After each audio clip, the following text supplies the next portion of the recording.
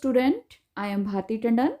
Today we are going to start lesson number 13, A Shelter So High of class 5th EVS. Today we will read lesson number 13, A Shelter So High. A Traveler Tale. कहानी एक यात्री की. I am Gaurav Jani and this is Loner, my partner. My motorcycle, but Loner is never lonely. We are together all the time. मैं हूँ गौरव जानी और ये है लोनर, मेरी सबसे बढ़िया साथी, मेरी मोटरसाइकिल. अंग्रेजी में लोनर का अर्थ होता है अकेले रहने वाला. वैसे तो मेरी मोटरसाइकिल अकेली नहीं है क्योंकि इसके साथ मैं हूँ. I and my motorcycle wait for a chance to get away from the busy, crowded and noisy city of Mumbai. We like to travel to different parts of this wonderful country. Let me tell you about our amazing journey on the highest roads in India. हम दोनों ही मुंबई की भीड़-भाड़, शोरगुल वाली गलियों और ऊंची-ऊंची इमारतों से निकलने का मौका ढूंढते रहते हैं. हम दोनों को ही अपने सुंदर देश के अलग अलग इलाकों में घूमने का बहुत शौक है. आज मैं आपको सुनाता हूँ एक अद्भुत कहानी, दुनिया के सबसे ऊंचे रास्तों पर मोटरसाइकिल की यात्रा. Getting ready. This journey took about 2 months. I had to carry everything on my motorcycle. I had to plan and collect all the things I needed. I packed a small tent, sleeping bag, plastic sheet, warm clothes, and food that would remain fresh for some days. I also took my camera and extra cans for petrol.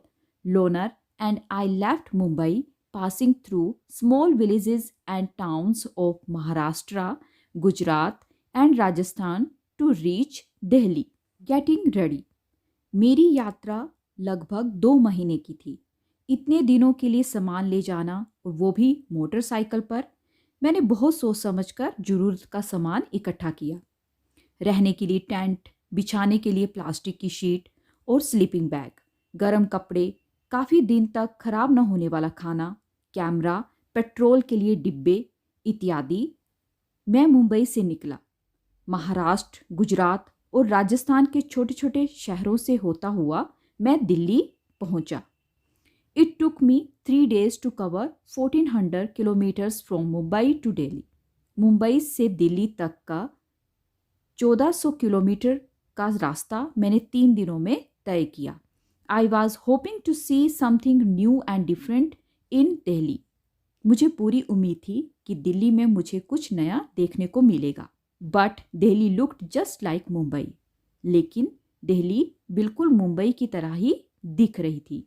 I am tired of looking at the same kind of houses made of cement, bricks, glass and steel. मैं एक ही तरह के houses को देखते देखते थक चुका हूँ जो सीमेंट से, ब्रिक्स से, शीशे से और स्टील से बने हुए होते हैं. I was looking forward to my journey ahead. मैं अपनी जर्नी के बारे में सोच रहा था. I was excited that I would be able to see the wooden houses with the sloping roofs and those covered with snow. I had seen picture of such houses in many books.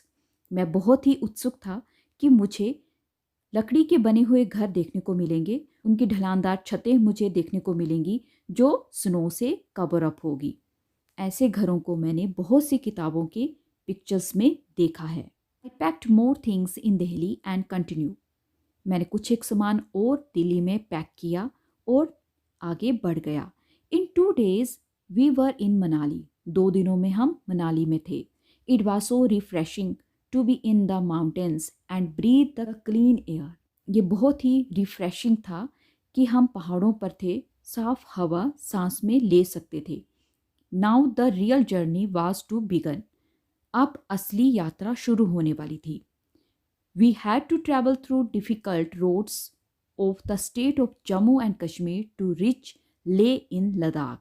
Jammu Kashmir राज्य के कई मुश्किल रास्तों से होते हुए हमें लद्दाख में लेह तक जाना था. Now find out. Check in your map which state would one pass through while traveling from Mumbai to Kashmir. पता करो। नक्शे में देखकर बताओ कि मुंबई से कश्मीर जाने के रास्ते में कौन कौन से राज्य आएंगे। गौरव जानी passed through several states while going from Mumbai to Delhi. Find the capital cities of these states. Was there any other big town on this way? गौरव जानी मुंबई से दिल्ली तक के रास्ते में जिन राज्यों से गुजरे उनकी राजधानियों के नाम पता करो। क्या और भी कोई बड़ा शहर रास्ते में आया होगा? Is Manali a plain or a hilly area? In which state is it? Manali क्या एक प्लेन एरिया है या कोई हिली एरिया है? वे शहर कौन से स्टेट में आता है? New home, loner and I were covering long distances each day. All I needed was food and a tent to protect myself from the cold night air. My nylon tent was so small that I could just about fit in it to sleep. Luna stood guard outside the tent. The breeze and the sound of the birds woke me up to see the sunrise. मेरा नया घर, मैं और मेरी loner आगे बढ़ते जा रहे थे। मुझे सिर्फ भरपेट खाना चाहिए था और रात की ठंड से बचने के लिए टेंट। मेरे छोटे से नायलॉन के टेंट में इतनी ही जगह थी कि मैं सो सकूं। रात के समय मेरी मोटरसाइकिल टेंट के बाहर पहरा देती। सुबह की ठंडी हवा, चिड़ियों की चहक से ही रोज आंख खुलती। Tell, have you ever stay in a tent where? What was it like? क्या आप कभी टेंट में रहे हो? कहाँ? आपको कैसा लगा? Imagine that you were to stay alone in a small tent for 2 days and could take with you only 10 things. Make a list of those 10 things. Imagine करो अगर आप पहाड़ पर 2 दिन तक एक टेंट में रहना पड़े और आप अपने साथ केवल 10 चीज़ें ही ले जा सकते हो, तो आप उन 10 चीज़ों की सूची बनाओ जो आप अपने साथ लेना चाहोगे। What are the different types of the houses that you have seen? Tell your friends about it. Make drawing too. आपने किस किस तरह के घर देखे हुए हैं? उनके बारे में अपने दोस्तों को बताओ और साथ में उनके चित्र भी बनाओ। Cold desert. At last loner and I reached Leh. आखिरकार मैं और मेरा लोनर लेह पहुंच गया। For the first time I saw such an area, high, dry and flat, called a cold desert. पहली बार मैंने यह इलाका देखा जो बिल्कुल सूखा, प्लेन और ठंडा था, जिसे कोल्ड डेजर्ट कहते हैं। Ladakh gets very little rainfall. Ladakh में बहुत ही कम बारिश होती है। Here there are high snow capped mountains and a cold flat ground. यहाँ दूर दूर तक बर्फ से ढके हुए पहाड़ और सूखा मैदान ही दिखता है। In Leh, I found myself in a quiet street with beautiful white houses. As I rode slowly, I found that I was being followed by a group of children. They called out Jule Jule, meaning welcome, welcome. They were all amazed to see my loner.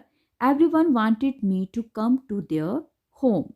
Leh में मैंने एक शांत गली में सफ़ेद पत्थर के सुंदर मजबूत घरों को देखा। थोड़ा आगे बढ़ा तो कुछ बच्चे झूले झूले यानी स्वागत स्वागत चिल्लाते हुए मेरा पीछा करने लगे। वे लोनर को देखकर बहुत हैरान थे। सभी मुझे अपने अपने घर ले जाना चाहते थे। At home with the Tashi. Tashi dragged me to his home. It was a building with 2 floors. The house was made of stones which were kept one over the other.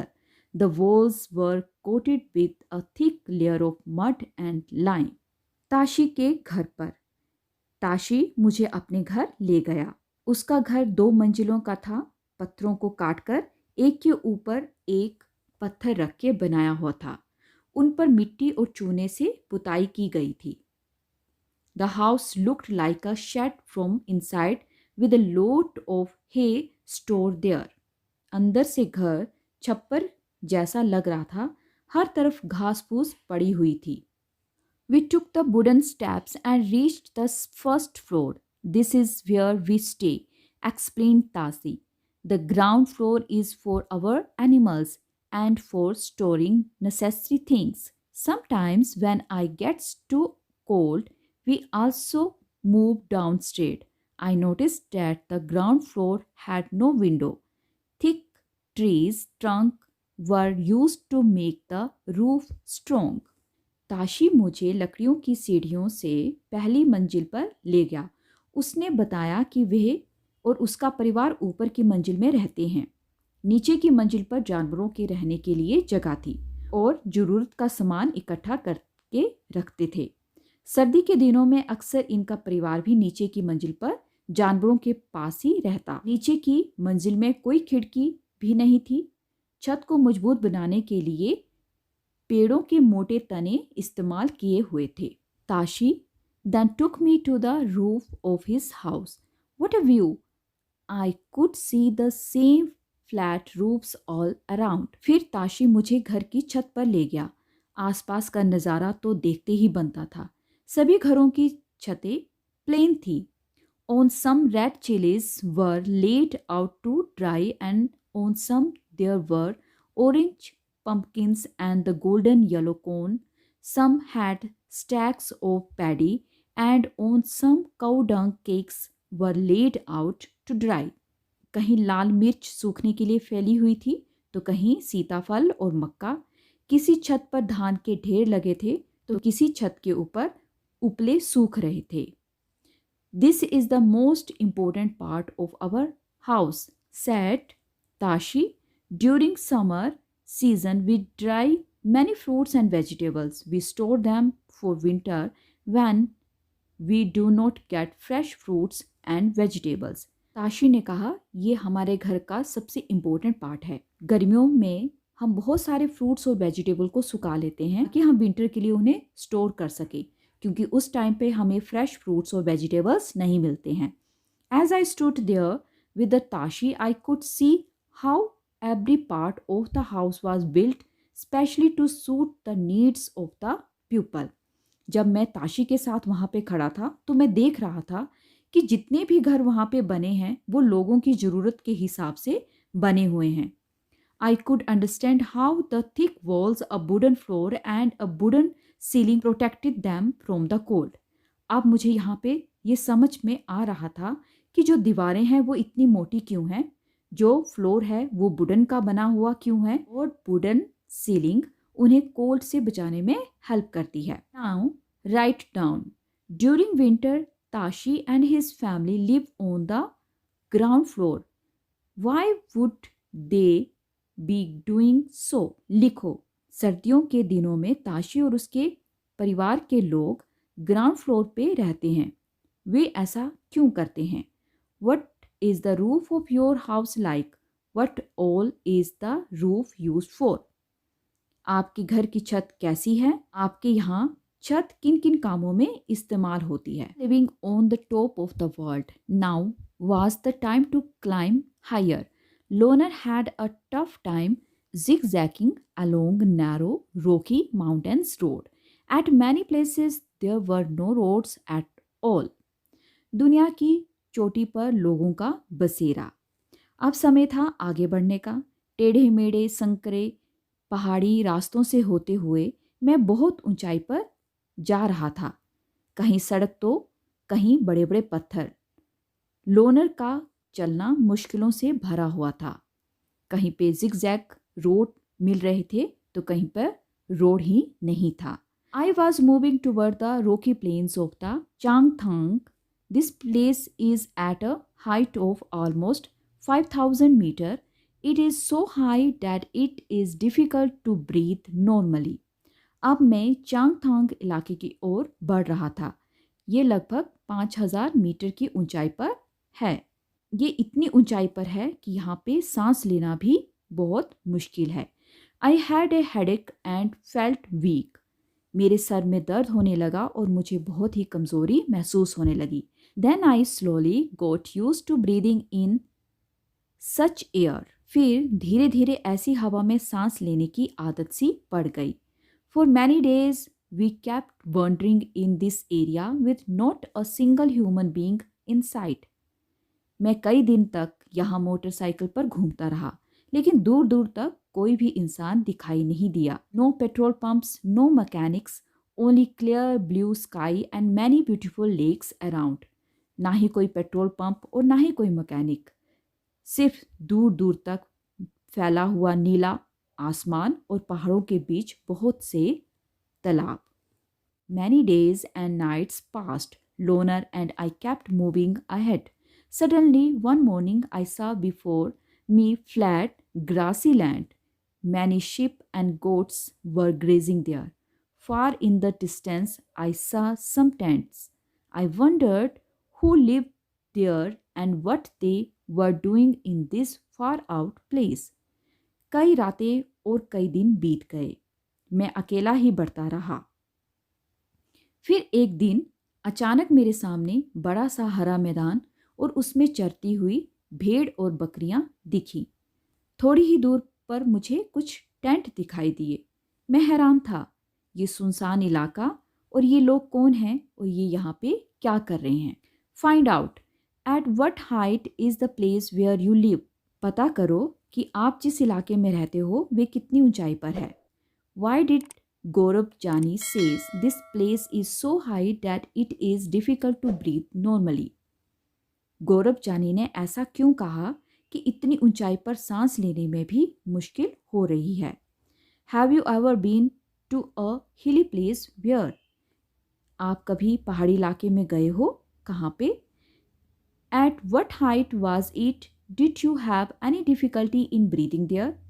आप कितनी ऊंचाई पर गए हो? क्या वहाँ सांस लेने में आपको कोई परेशानी आई है. Which is the highest place you have been to. आप ज़्यादा से ज़्यादा कितनी ऊंचाई तक गए हो. Student, this is the end of the first part of the lesson number 13, a shelter so high. We will continue our chapter in part 2.